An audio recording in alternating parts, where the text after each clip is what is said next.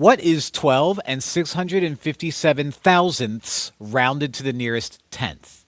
All right, let me write that number out nice and big. 12 and 657 thousandths. Whenever you round to a nearest place value, you're going to go to that place value, which is a tenth, and circle it.